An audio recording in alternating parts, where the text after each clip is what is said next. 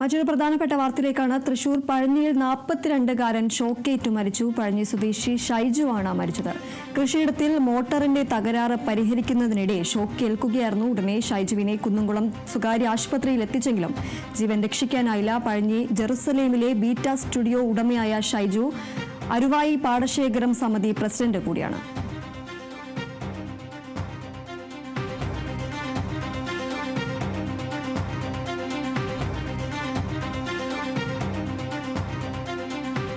തൃശൂർ പഴഞ്ഞിയിലാണ് ഇത്തരത്തിൽ ദാരുണമായ ഒരു സംഭവം ഉണ്ടായിരിക്കുന്നത്. 42-കാരനാണ് ഷോക്കേറ്റ് മരിച്ചത്. പഴഞ്ഞി സ്വദേശിയായ ഷൈജു ആണ് മരിച്ചത്.